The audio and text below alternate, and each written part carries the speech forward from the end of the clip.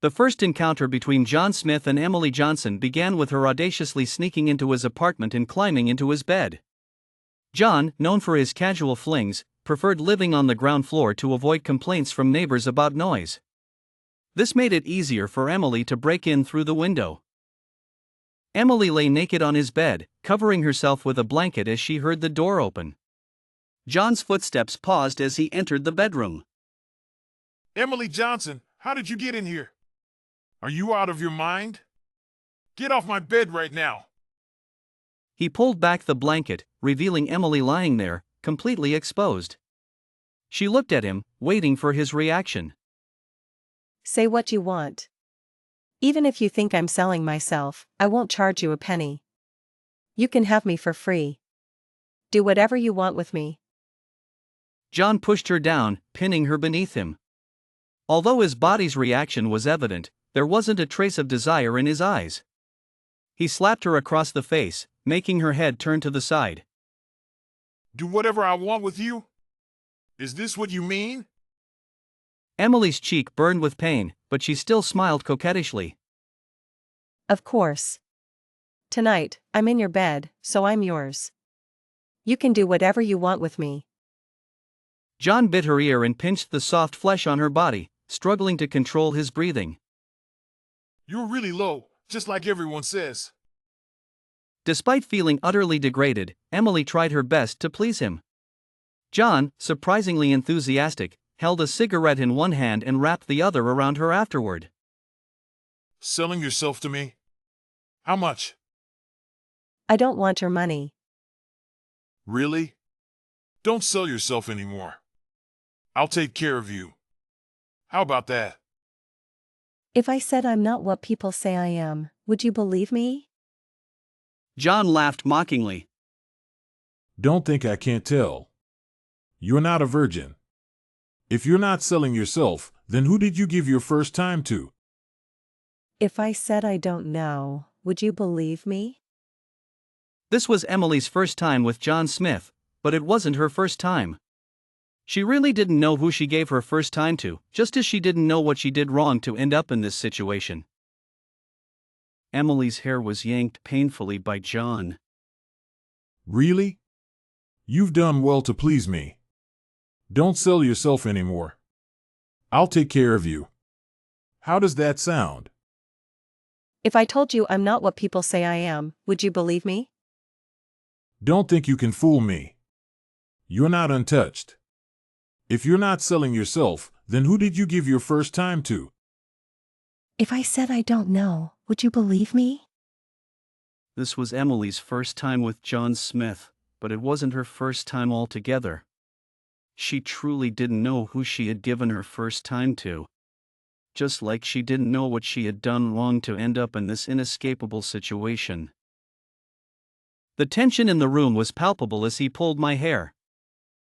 Mockingly, really? You pleased me well. Don't sell yourself anymore. I'll take care of you. How about that?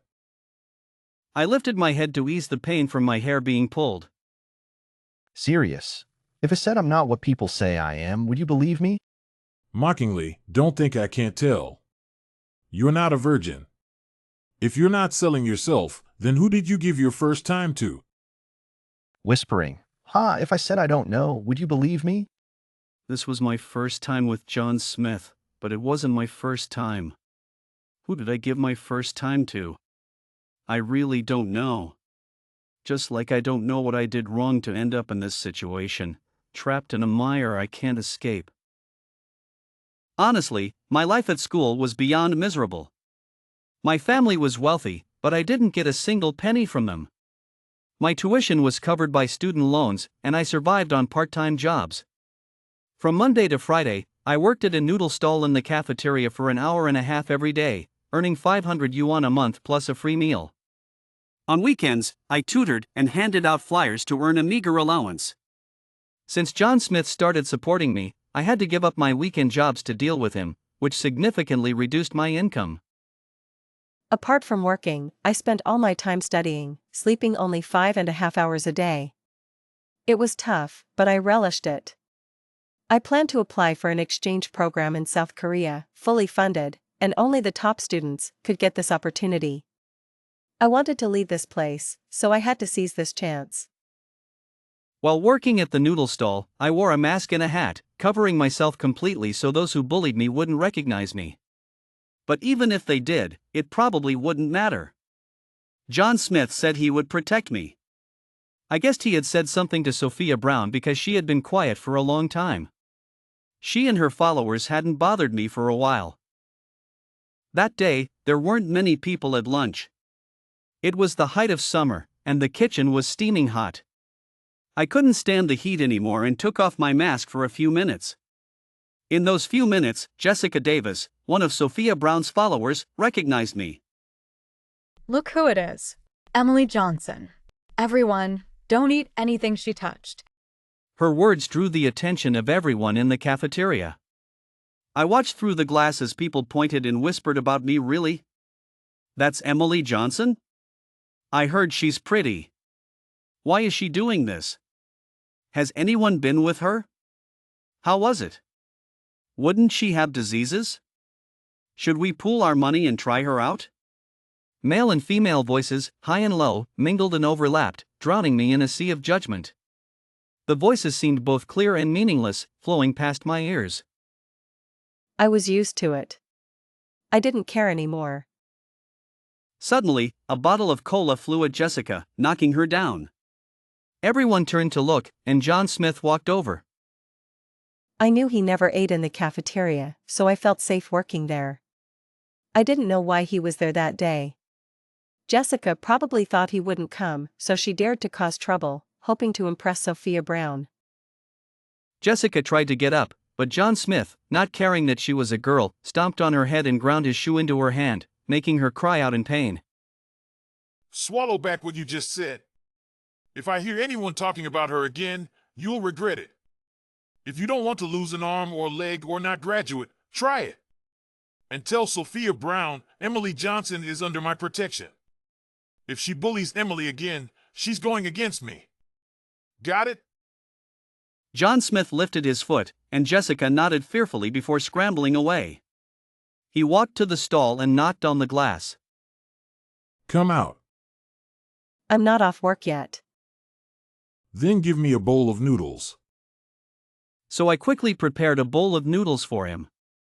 He took the takeout and leaned close to the window. Come find me when you're done. I nodded, and he left. After he left, the boss patted my shoulder with a complicated expression and told me I didn't need to come back. He would settle my wages.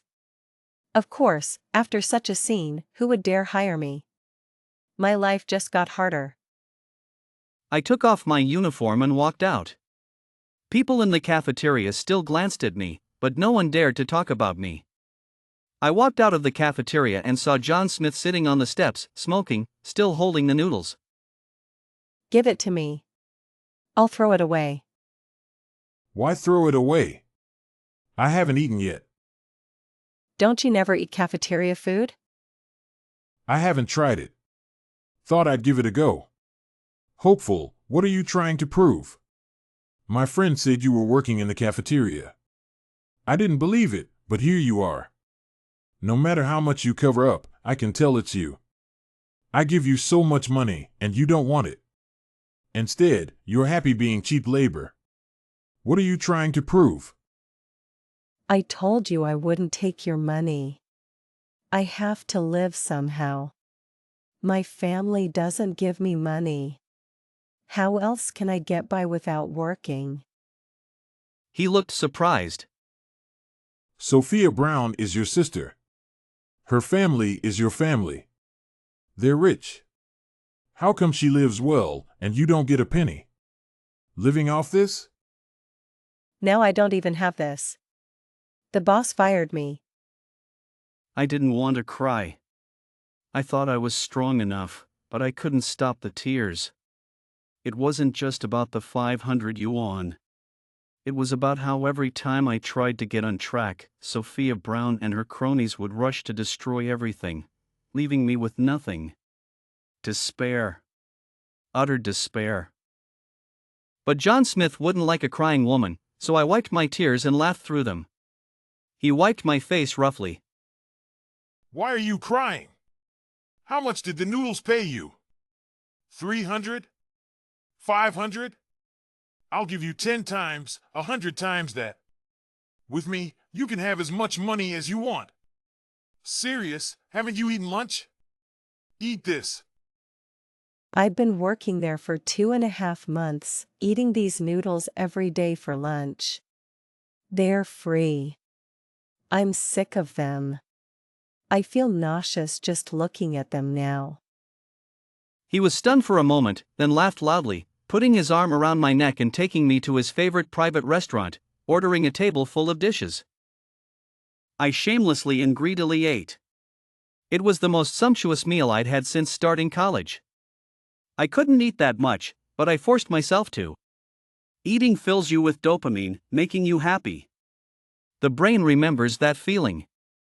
I just wanted to find a bit of happiness in my miserable life. Even if it's just a little. The confrontation between Emily and John Smith reached a boiling point. Really? He grabbed her hair roughly. You pleased me well. Don't sell yourself anymore. I'll take care of you. How about that? I lifted my head to ease the pain from my hair being pulled. If I said I'm not what people say I am, would you believe me? He laughed mockingly. Don't think I can't tell. You're not a virgin. If you're not selling yourself, then who did you give your first time to? If I said I don't know, would you believe me? This was Emily's first time with John Smith, but it wasn't her first time. She truly didn't know who she gave her first time to, just like she didn't know what she did to deserve being trapped in a mire she couldn't escape. As he spoke, he smoked one cigarette after another. After finishing the last one, he walked over and sat by Emily's hospital bed. Your turn. I don't want to be the only one with secrets. Tell me, how come you and Sophia Brown are sisters, but your life is so miserable? We're not real sisters. What? We're not real sisters. Same father, different mothers. She's my stepmother's child. He looked enlightened, and Emily began to tell her past. Not because he demanded it, but to gain sympathy. Since he believed she loved him, he wasn't entirely heartless. He might feel more sympathy for her. In the past, I would never have exposed my past to beg for sympathy. My pride wouldn't allow it. But now, I don't care about anything. I have nothing left to lose. If I can use my own body, why not a little bit of old, painful history? I need his sympathy and protection. Everyone has a past they're ashamed of, mine just happens to be more painful. Emily's story was long, soaked in pain for so many years that she was numb. My family is in business, with a large estate. But this estate wasn't earned by my father alone. My father was a poor young man with looks and education, who wooed my mother. My mother was an only child and married down to be with him. In my memory, they were very loving. My father always doted on my mother, making her oblivious to the world. Until the summer after I graduated from middle school, my grandfather passed away. My mother inherited all the family wealth and business. A month after starting high school, my mother died in a drunk driving accident. She was mostly at fault, and no one could pay for her life. After my mother's funeral rites, my father couldn't wait to bring Sophia Brown and her mother, Linda Wilson, into our home. That time, I hadn't even taken off my morning flowers. ND Sophia Brown turned out to be my father's biological daughter. He was only 2 months younger than me. His fact hit me hard. It meant my father's love for my mother was fake. He had never been loyal to my mother or our family. I began to wonder where he was on all those nights. He said he was working late. Had Sophia Brown and her mother been eyeing my mother's and my place all along, eagerly waiting to take over? Following this line of thought, I even began to suspect my mother's death though I had no evidence. Until one night, I got up for a drink and overheard a conversation between Linda Wilson and my father. I learned that my mother's death was indeed planned. My father had gotten her drunk and put her in the car, starting the engine. Linda Wilson had hired someone to crash into her. The other driver was also hired. He had conspired to end my mother's life. Ophia Brown and I went to the same high school. Our school was a prestigious one, admitting only top students or those who paid exorbitant fees. Before she moved into our house, I had heard of her. He was a notorious delinquent with terrible grades. The thought of my father paying for her to attend the school I worked hard to get into made me sick. From the first time I saw Sophia Brown, I knew she was trouble. The next 3 years of high school were a nightmare for me. Would step into my shoes only to find dead rats.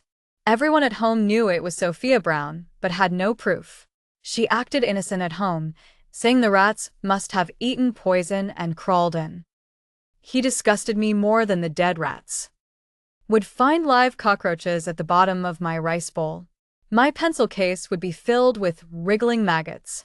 My sweater would be lined with staples, cutting into my skin. Sophia Brown would steal my good clothes, but they looked ridiculous on her. She took my money. Linda Wilson, under the guise of discipline, made me do all the chores. Fought back, but she would tell my father was disrespectful. He believed her and punished me, even cutting my allowance. Told him about Linda Wilson and Sophia Brown's actions, but he would confront them, and Sophia Brown would deny everything, looking pitiful. The matter would be dropped. Begged him for money to move out, but he said it would look bad for our family if an underage daughter moved out. Why, father? No, I don't want to call him that. Peter Wilson wasn't stupid. He was very shrewd. He just didn't love my mother and, by extension, didn't care for me. He preferred his new wife and daughter and didn't want to disrupt the family harmony for me. How does the saying go? With a stepmother comes a stepfather. Had am I? I'm nothing. School, where my father couldn't control things, Sophia Brown was even more brazen. She called me a hypocrite, though I had no idea what I had done to offend her. Having my books torn and homework thrown away was the least of it. My chair was often smeared with red ink. I was locked in bathroom stalls and doused with water, slapped, and accused of cheating. She and her gang of delinquents never gave me a moment's peace. She isolated me through threats and bribes. I didn't mind being isolated or friendless. My goal was the college entrance exam. I thought, once I passed, I could leave this house and get away from her. I studied hard for that goal. With her terrible grades, there was no way she could go to the same school as me. When the exam results came out, my score was only enough for a second-tier university. I had checked my answers. There was no way my score was that low. I should have easily gotten into Fudan University. Couldn't understand what went wrong. Begged Peter Wilson to let me retake the exam, but Linda Wilson convinced him it would be embarrassing and lost the chance. The day before I left for university, Sophia Brown stood at my door with her suitcase. Emily, I'm on the same flight as you tomorrow. We're going to the same school. And that moment felt like had fallen into an ice pit. Our score wasn't even enough for a second-tier university. It must have been Peter Wilson who paid to get her in. Hi. What she said next made me despair even more. Oh, you still don't know why your score was so low? Blame yourself for being too stupid to protect your stationery.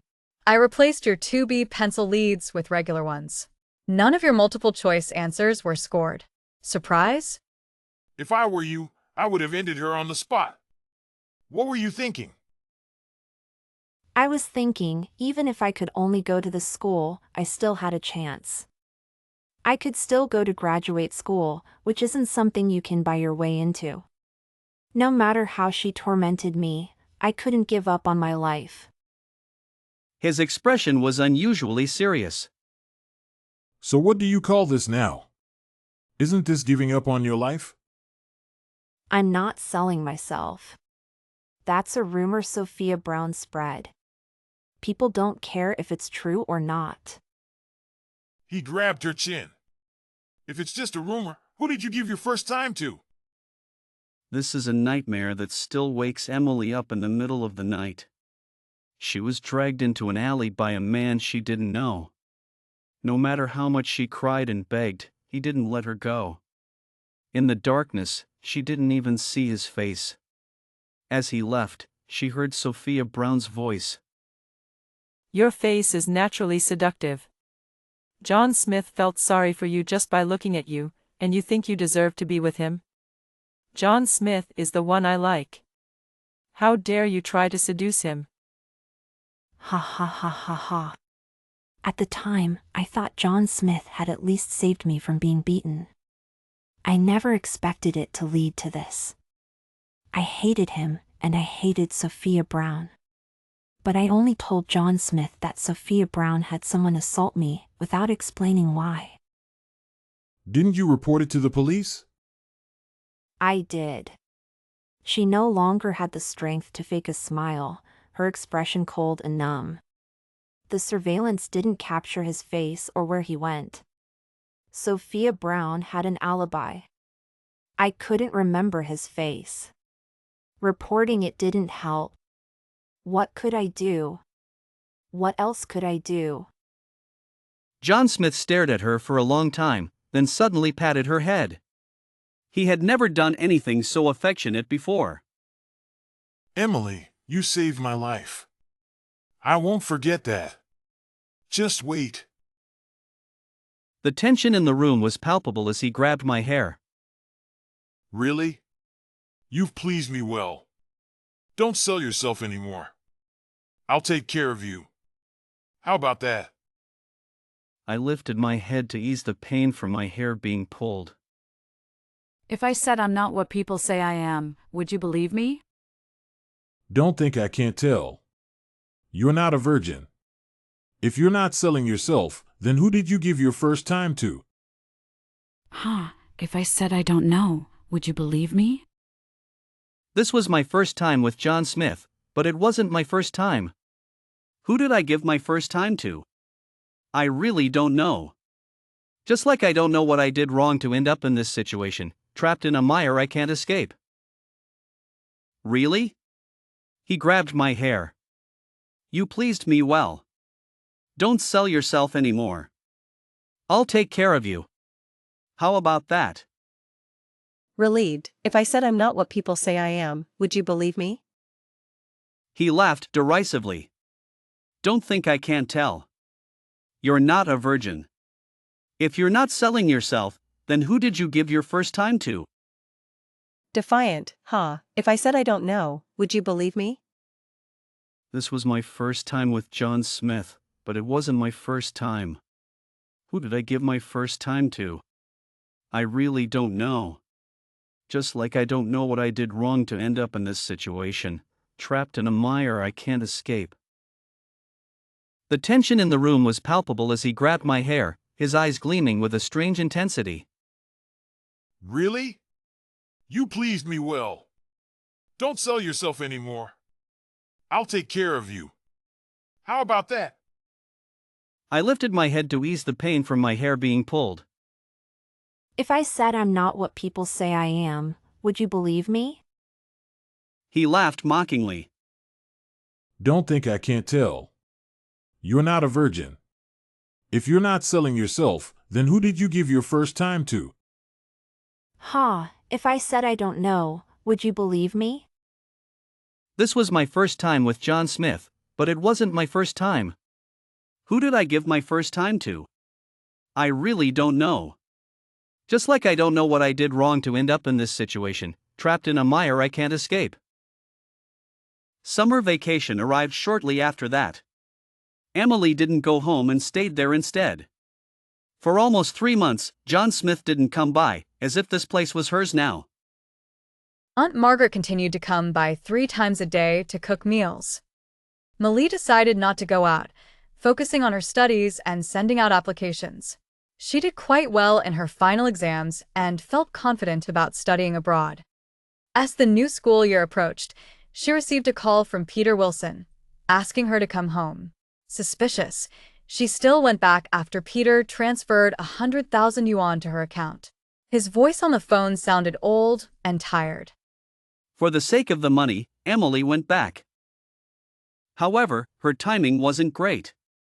Peter Wilson and Linda Wilson were having a huge fight in the living room, with broken vases and teacups everywhere. Emily stood at the door, watching silently. Shouting, "Stay out of this." Emily hadn't planned on getting involved anyway. She quietly watched the drama unfold, even recording a bit of it.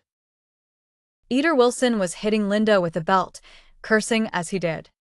Shouting, "I've supported you and your daughter for 20 years. 20 years. I even gave you the title of Mrs. Wilson. And you betray me?"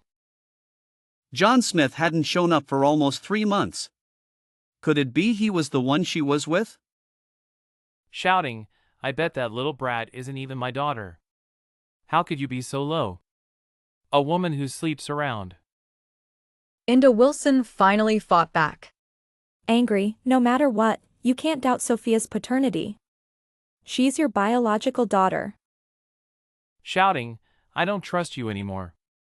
Who knows how many men you've been with behind my back? You dare betray me?" Peter Wilson chased Linda Wilson, hitting her as she tried to protect her stomach. Terrified, please, stop hitting me. Shouting, "I'll make sure you lose that child." Emily looked at Linda's stomach. She was pregnant. Emily paused the recording and contacted John Smith. Serious, Linda Wilson is pregnant. Does it have anything to do with you? Owen Smith quickly replied.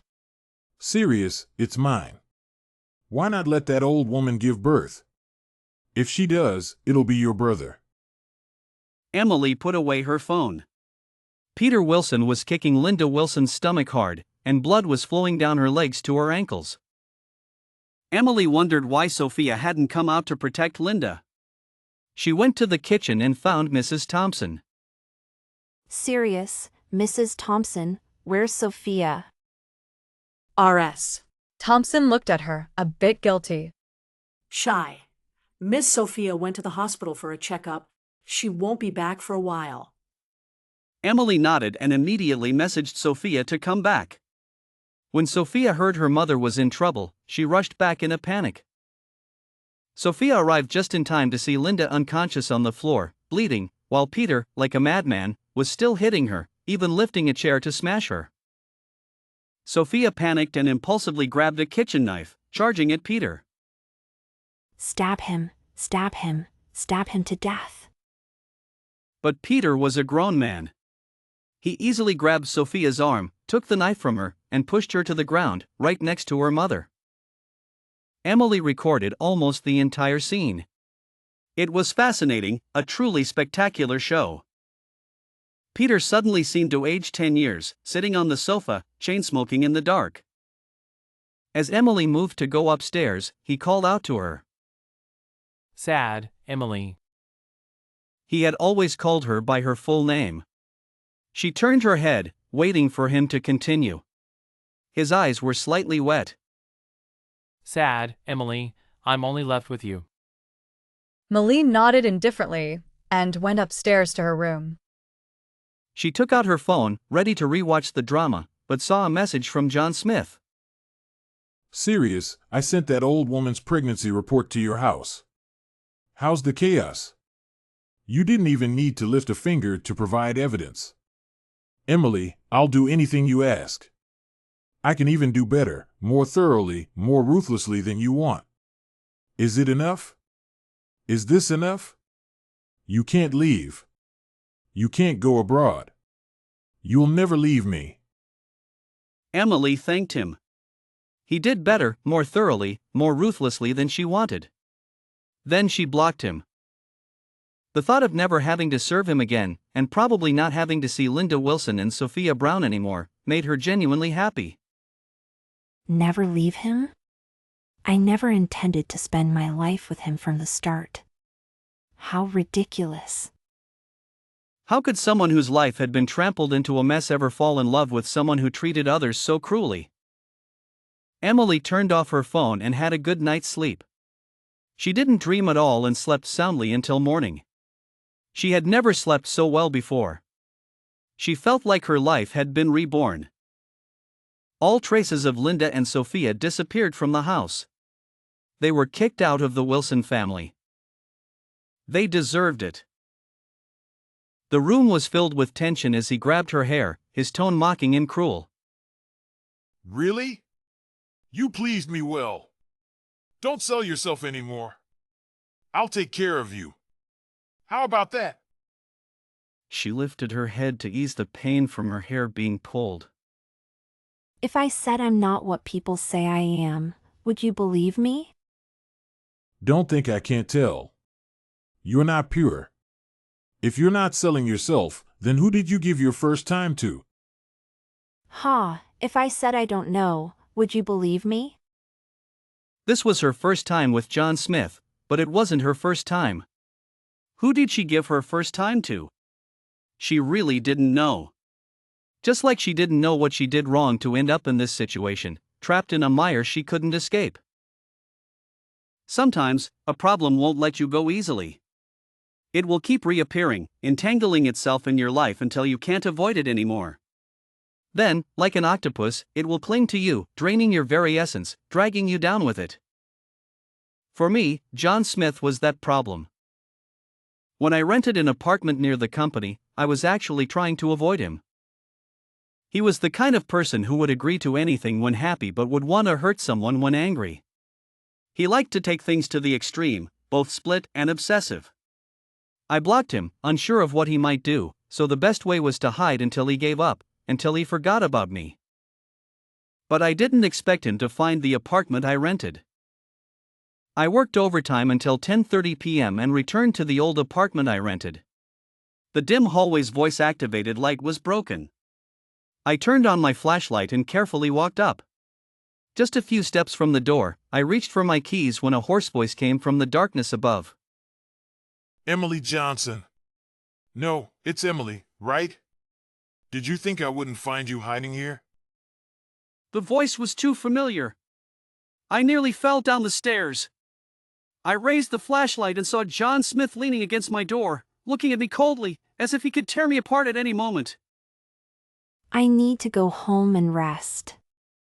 I have to get up early for work tomorrow. Can you move aside? Sure. Come up and open the door. I'll come in for a cup of tea. I didn't want to, and absolutely couldn't, let him into my apartment. We ended the moment I blocked him. Just thinking about those past days made me feel sick to the point of wanting to disappear. I hated him intensely. Seeing me not moving or responding, he lost some patience and slowly walked down. Emily, do you know how much I care for you? I could give you a lot of money, but you never took it. I'd do anything for you, but why are you so heartless? Why are you such an ingrate? I turned and ran down the stairs. He followed. The feeling of being bullied and pressured returned. I couldn't fall into his hands. I ran, breathless, not daring to stop or look back. I felt like his hand was almost touching my clothes countless times. The flashlight shook in my hand, and I gradually lost sight of the path. My foot twisted, and I fell onto the landing between the second and third floors. John Smith had caught up to me. I heard the sound of the unit door opening and footsteps coming in. Help! Someone, please help me! The footsteps quickened, and a voice called out. Emily. The voice belonged to my direct superior, the Deputy General Manager of the Procurement Department, Michael Anderson. He quickly reached me. I clung to his leg, begging him to save me. He helped me up and looked at the menacing John Smith. So, Emily, you found a new benefactor and kicked me out, huh? How much is he giving you? Please show some respect. I'm her department's deputy manager, he said, shaking a manila envelope in his hand. I came to deliver some documents. John Smith lit a cigarette, walked down past us, and turned back. Emily, with someone else here, I won't settle this now. But you wait. If I let you get away, I wouldn't be John Smith. Only after confirming he had left the building did I feel relieved. Michael Anderson helped me back to my apartment. I felt obliged to offer him some tea. Thank you, Mr. Anderson. If you hadn't shown up by chance. Let's not talk about that. When he left, I heard him call you Emily. Who are you? Emily Johnson or Emily? I used to be called Emily. I just changed my name. But as far as I know, our chairman, Peter Wilson, has a daughter named Emily. Is that right? John Smith's grip tightened on her hair, his voice dripping with condescension. Really? You pleased me well. Don't sell yourself anymore. I'll take care of you. How about that? Emily Johnson lifted her head, trying to ease the pain from her hair being pulled. If I said I'm not what people say I am, would you believe me? John laughed mockingly, his eyes narrowing. Don't think I can't tell. You're not a virgin. If you're not selling yourself, then who did you give your first time to? If I said I don't know, would you believe me? This was her first time with John Smith, but it wasn't her first time. Who did she give her first time to? She really didn't know. Just like she didn't know what she did wrong to end up in this situation, trapped in a mire she couldn't escape. Emily felt a sharp pain as John Smith grabbed her hair, his face inches from hers. Really? You pleased me well. Don't sell yourself anymore. I'll take care of you. How about that? If I said I'm not what people say I am, would you believe me? He laughed mockingly, his grip on her hair tightening. Don't think I can't tell. You're not a virgin. If you're not selling yourself, then who did you give your first time to? If I said I don't know, would you believe me? This was Emily's first time with John Smith, but it wasn't her first time. She really didn't know who she gave her first time to. In a dimly lit room, the atmosphere was tense. Emily Johnson faced John Smith, her eyes full of defiance. Really? He grabbed her hair harshly. You pleased me well. Don't sell yourself anymore. I'll take care of you. How about that? She lifted her head to ease the pain. If I said I'm not what people say I am, would you believe me? John laughed mockingly, disbelief clear in his eyes. Don't think I can't tell. You're not innocent. If you're not selling yourself, then who did you give your first time to? If I said I don't know, would you believe me? This was her first time with John Smith, but it wasn't her first. She really didn't know who her first time was with. She was trapped in a situation she couldn't escape from. Half a month later, my engagement party with John Smith took place as scheduled. I agreed to the engagement, but not because I had lingering feelings for John Smith. I never had any feelings for him. I said long ago that his soul was rotten and I couldn't stand him. John Smith, our parents, and I stood on the stage. Peter Wilson was making some formal remarks. I glanced at the clock in the venue, calculating the time. It was about right. The large screen on the stage suddenly changed, drawing everyone's attention. We on the stage turned to look. With just one glance, Peter Wilson's face turned ashen, and the Smith family looked incredulous. Only I knew everything. Michael Anderson was backstage, switching the footage as we had agreed. He revealed his police identity and easily took control of the console. On the screen, Linda Wilson exposed her affair, revealing that Sophia Brown was not the Wilson family's daughter, and then Peter Wilson went mad and attacked her. There were also previous incidents where Linda Wilson was beaten for her infidelity. All the embarrassing, dramatic footage I had recorded was shown. Such a good show couldn't be enjoyed by me alone. The crowd was in an uproar. Peter Wilson collapsed to the ground, and the Smith family seemed eager to distance themselves from the Wilsons, pulling John Smith towards the backstage. Don't go. John Smith turned to look at me, waiting for my next words. There's more about you. Then the screen went black because there were no more video files, only audio files. I had edited my conversation with John Smith, cutting out the parts that were unfavorable to me. The remaining parts clearly revealed that the wealthy and powerful John Smith had engaged in severe bullying at school, maliciously causing injuries, preventing people from graduating, orchestrating assaults on girls, seducing married women, and committing numerous other heinous acts. John Smith's gaze was indescribable. He gripped my wrist tightly, causing me pain, and hoarsely asked why. No reason. You deserve it. No reason. You deserve it. The police rushed into the venue. Before they reached the stage, he asked me one last question. I loved you so much. But unfortunately, not every love is reciprocated, and not everyone deserves to be loved. You took the wrong path, John Smith. You don't deserve to be loved. Peter Wilson and John Smith were taken away in front of everyone. The Smith family elders followed after John Smith, leaving me alone, standing on the stage. I was very happy, truly happy at that moment. But for some reason, tears still fell uncontrollably from the corners of my eyes.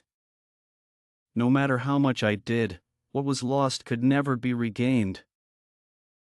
Emily had more evidence that she didn't reveal at the engagement party. The cases against Peter and John moved quickly due to the overwhelming evidence. Especially Peter, whose actions had already caught the attention of the police. Michael was undercover in the company because of this. Besides the serious charges, Peter was also found guilty of bribery, business misconduct, tax evasion, and running illicit businesses. He was sentenced to immediate execution. John's charges were lighter in comparison, but he was still sentenced to 10 years in prison for intentional harm. With the fall of the Wilson and Smith families, everything changed overnight. I have no interest in running the company and know I am not capable. I inherited Peter's shares, kept the dividend rights, and handed over decision-making to some board members who were close to my mother. I renamed the company from Wilson Enterprises to Anderson Enterprises and changed my name from Emily Johnson to Emily Anderson. I really like this new name. As for Sophia, Emily paid to have her committed to a mental institution. It was her final act of mercy. Everyone gossiped about how tragic the Wilson daughter was, losing her father and fiancé to crime overnight, and having to care for a mentally ill sister with no blood relation. But those who didn't know the truth couldn't understand that the real tragedy was far deeper than these events. Regardless, it was all over. The dust had settled, and Emily had to move forward. I believe this is what my mother would have wanted to see from above. After settling the inheritance, Emily returned to school to continue her studies and successfully applied for a scholarship to study abroad the next academic year. She also established a foundation under Anderson Enterprises to provide support for victims of school bullying. Having experienced the rain, I want to hold an umbrella for others. Even if it could save just one person, its existence would be meaningful. I don't want others to go through the same tragedy. 2 days before she left for Korea, Michael called Emily. After the engagement party, aside from testifying at the police station, she had only seen Michael once, the night before Peter's execution. He asked if she wanted to visit, and she refused. Hello, Michael. Emily, John is not doing well in prison. He's often fighting, causing trouble, and not following orders. He's even self-harming, and no one knows where he got the sharp objects. If this continues, he might not survive. He says he wants to see you. If he sees you, he promises to stop. Will you visit him? Emily initially wanted to refuse but felt she needed to make a clean break. I agree. The next day, Emily visited John. He was wearing a prison uniform, his hair cut short, looking much thinner, with dark circles under his eyes. His features were sharper due to the weight loss, but his demeanor was more desolate and cold. They picked up the phones, looking at each other through the glass, silent for a long time. So close, yet so far. Emily, Yes. you know, I have so many questions for you. I feel like our grievances could take days to discuss. I didn't sleep at all last night, thinking about what to ask you when I saw you. But now that you're here, I can't ask anything. After all this thinking, I only have one question. Please, answer me honestly. Yes. Did you ever love me? Emily remained silent. Even for a moment? Even if it was just a moment, did you ever love me? Answer me! Emily! His emotions grew more intense. He stood up, trying to reach the glass, but the guards restrained him. I promise to answer you honestly. I never loved you. Never. With that, Emily didn't wait to see his reaction. She hung up the phone and walked away. Everything and everyone here became a distant memory, no longer connected to her. Outside, the sun was shining brightly. The path ahead was clear, and everything was peaceful. I once loved a woman deeply. She was quite disreputable. Or rather, I used to think she was. She was notorious in school, everyone knew she was selling herself, but she was exceptionally beautiful. How should I put it? I rarely remember a woman's face after just one meeting, but I remembered hers. At that time, Sophia Brown and her gang were beating her up, and I was watching for fun. When she looked up, her eyes were filled with despair and defiance, a contradictory mix that made her injured face uniquely captivating. I must admit, I'm a despicable man. I thought those eyes would be interesting in bed. Besides, such a beautiful face would be a waste if it got ruined. So I told them to stop. My dad is on the school board, and this school is just one of his many businesses. Using my dad's status, I could do whatever I wanted here. No one dared to disobey me. I asked this well-known girl how much it would cost to sleep with her once. She hated me to death. But degrading people is fun, and degrading beautiful girls is even more fun. I laughed and left with my friends. I didn't hear about her for a long time after that. But I didn't care. After all, I didn't want to touch such a dirty woman, it would lower my status. But not long after, she appeared in my apartment, on my bed. I lived off campus, on the first floor, but I always locked the windows before leaving. I didn't know how she got in. When I saw a lump on my bed, my first thought was that a thief had broken in. It turned out to be Emily Johnson, completely naked. Her body was as perfect as her face. If I didn't have any thoughts, I wouldn't be a man. She said she didn't want my money. Even though I found her dirty, I still did it. But strangely, even now, when I think back to that day, the memory is very blurry. Maybe because it wasn't really her. The only thing I'm sure of is that for a long time after that day, I kept degrading her in various ways. But no matter how I treated her, she always greeted me with a seductive smile, lowly and wanton, but addictive. She felt like an overripe peach, shiny and tempting on the outside but rotten inside, barely maintaining a beautiful exterior. Just a light touch would make it ooze sweet, sticky juice, disgusting yet irresistibly sweet. Perhaps I should have realized her true nature earlier. The most obvious sign was that she never took the money I gave her. She said she wasn't in it for the money, she did it because Sophia Brown liked me. I was quite annoyed by Sophia Brown. She was as much of a jerk as I was. A jerk doesn't want to be with another jerk. She was the ultimate sycophant, but after seeing her other face in front of others, I liked her even less. Besides, she was pretty average looking. At that time, I didn't care why Emily Johnson approached me. I was looking for fun, and she sought protection. It was a fair trade. I didn't love her, it was just a transaction. No emotional entanglements, no messy outcomes. But soon, I realized I was falling for her. It all started when she took a fatal stab for me. The knife punctured her lung, and seeing her lying on the stretcher, bleeding profusely. I felt as if the knife had stabbed me. My heart ached with every beat. I thought she loved me. If she didn't love me, why would she do that? Why would she risk her life for me? What does love feel like? I really don't know. From what I can remember, only nannies took care of me. Can anyone feel love from a nanny? Especially one that changes frequently. My family had many businesses and social engagements. I rarely saw my parents.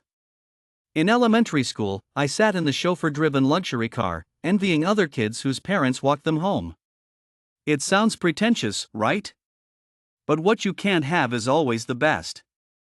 They could save up and buy a luxury car, but no matter how hard I tried, I could never have my parents walk me home from school. I did many things to get their attention. At 10, I paid the nanny a lot of money to call my parents, saying I had a high fever and was about to die. They said, "Call a private doctor. We're attending a banquet in S City and can't come back today." What does it feel like to be protected and cherished? I have no idea. In high school, I liked a girl. She wasn't exceptionally beautiful, but she was pretty, with fair skin and some freckles.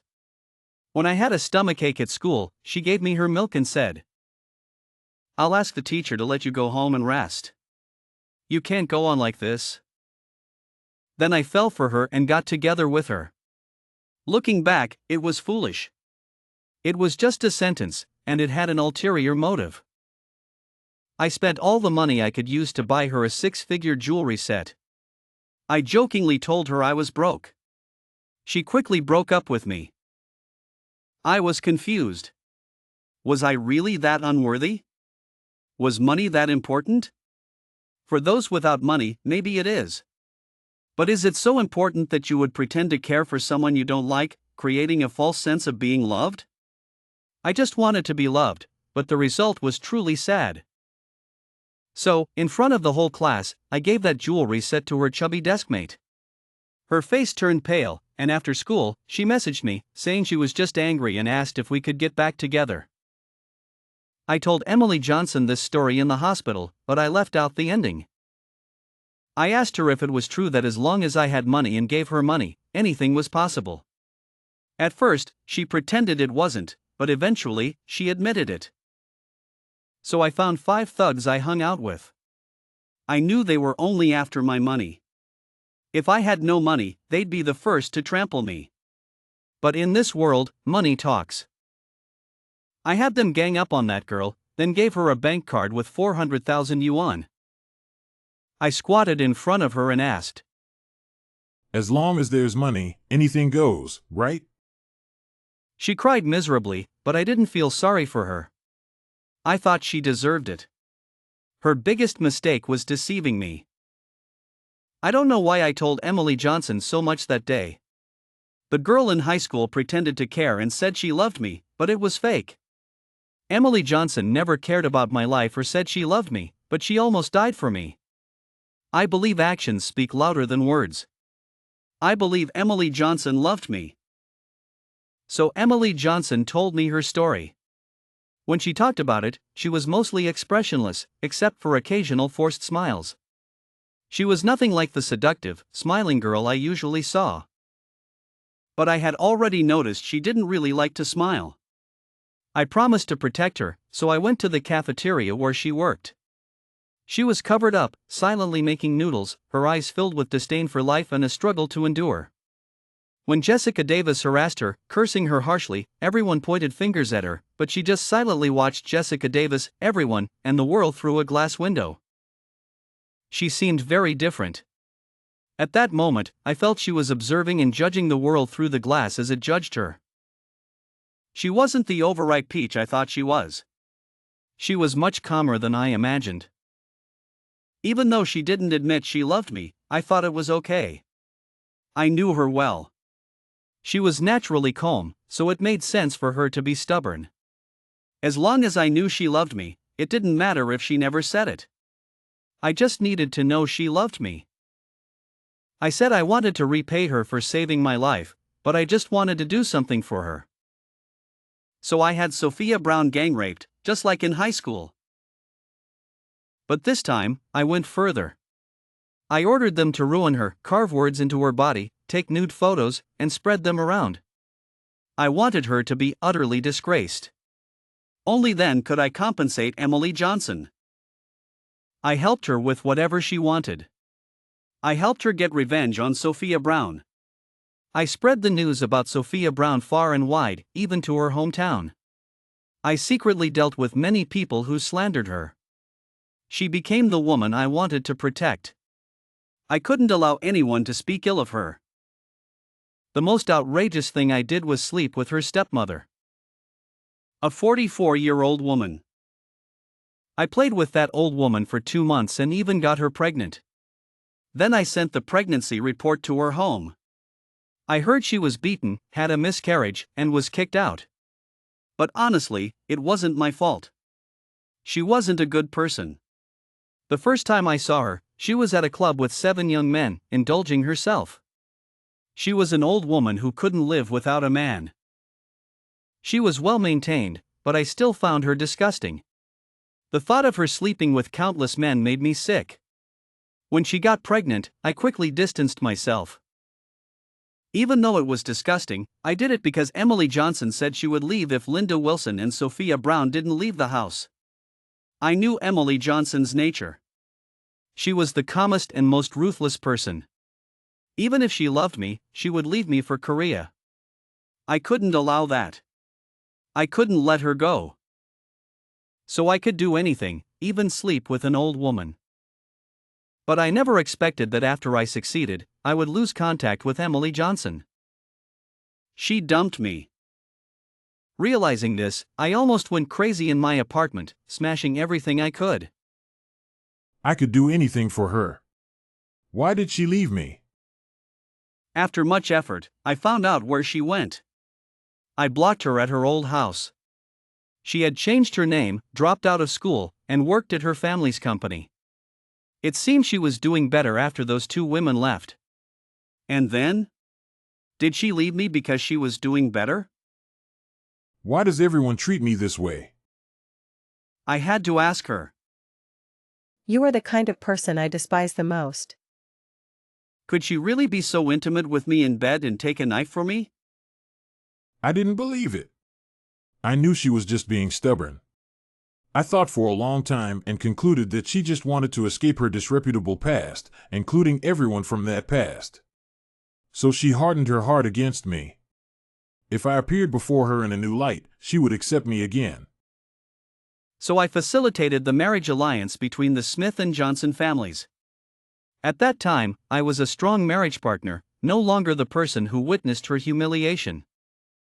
But I still resented her for leaving me. I said many harsh things to her. But in truth, I was thrilled when she agreed to the marriage. I would never let her leave me. I would do anything for that. But I never expected that the marriage was part of her plan. She never loved me. She only wanted revenge, to destroy me. She didn't lie to me. You are indeed the kind of person I despise the most. She said I didn't deserve it. I didn't deserve to be loved. What did I do wrong? Where did I go wrong? Do I still have a chance to make things right? But no one could give me an answer. Even in prison, I still thought about Emily Johnson. I desperately wanted to hold on to her, unable to believe she truly didn't love me. I thought, at least she must have loved me once. At least when she took that knife from me, she must have loved me. I caused a lot of trouble in prison, just to see her once. Finally, I got my wish. Her demeanor had changed. She was still calm, but the coldness was gone. Even I could tell she had let go of some things and was doing well. I wanted to ask her many things. Like why she said I didn't deserve it, what I did wrong, why she chose me. But in the end, I only asked the one question I wanted to know the most. Did you ever love me, even for a moment? I didn't want to be someone who had never been loved. She was really heartless, not even willing to lie to me. After she left, I stopped fighting, stopped self-harming, and stopped causing trouble. The guards thought I had come to terms with things and had improved. Half a month later, during a prison cleanup, I took a bottle of bleach and toilet cleaner into the bathroom and mixed them. I knew what was coming. As my consciousness faded, I seemed to see Emily Johnson, standing just out of reach. But she didn't embrace me. She turned and walked away, no matter how much I called out to her. Emily Johnson, I don't wish you happiness at all. I hate everyone who deceived and hurt me. I hope you never find happiness, never reach the light, always remain in darkness, and spend the rest of your life in the painful memories of the past.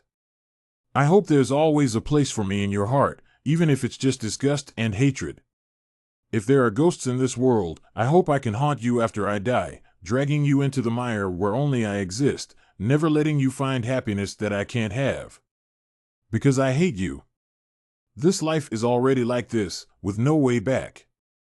I hope someone loves me in the next life. I hope. The end.